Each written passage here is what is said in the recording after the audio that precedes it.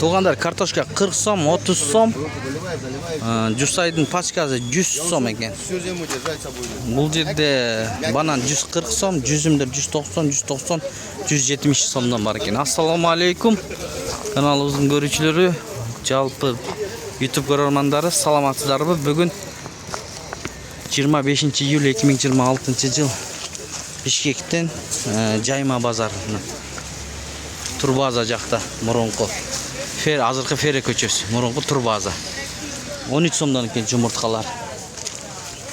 Достор, мынакей бирден бааларын билип беребиз биз. Кандай, канча? Но пияз канча пияз? 200. Картошкачы? Картошка 35. Картошка 35, пияз şu meşok 200 сом экен. Ama sarı servis, kızıl servis. Kızıl servis 45'ten beri. 45'ten berem deyip buna. Mo peresler kançadan? Kalempirler. 70'ten. 70 somdan buna. Salat. Jasay tamından beyakayım toğanlar. Ecekeleri biz. Nake sumaylar 160 somdan eken. Donyanıkı 200 som eken litri. 175 somdan daha may var eken. Toğanlar bul yerde Jayma bazar. İşembe jekşembe günderi bolot. Mına sarı servis 80 som eken. Kızılı 45 som. Mo 50 som. Kartoşkalar 30 som. Bağları mana şunday eken. Ha, kapusta 35. Rahmat. Kapusta 35. 70 somdan qovun kilogram. Darbıslar kança eken?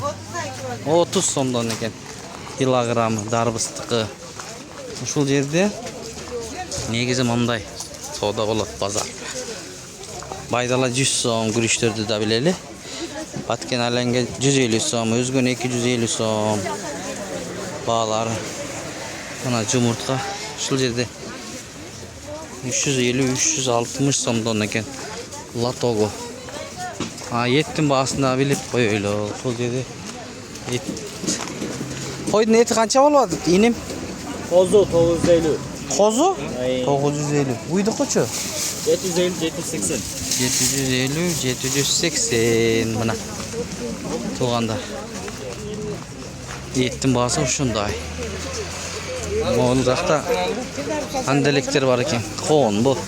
Ştuktarı 50 som, 100 som, 70 som.